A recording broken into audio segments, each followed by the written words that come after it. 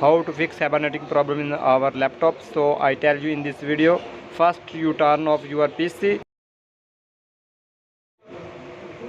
then long press on power button for 10 seconds and on your PC, and wait till your PC is on. If this problem is not fixed, so try again 3 to 4 times and you can easily fix your problem.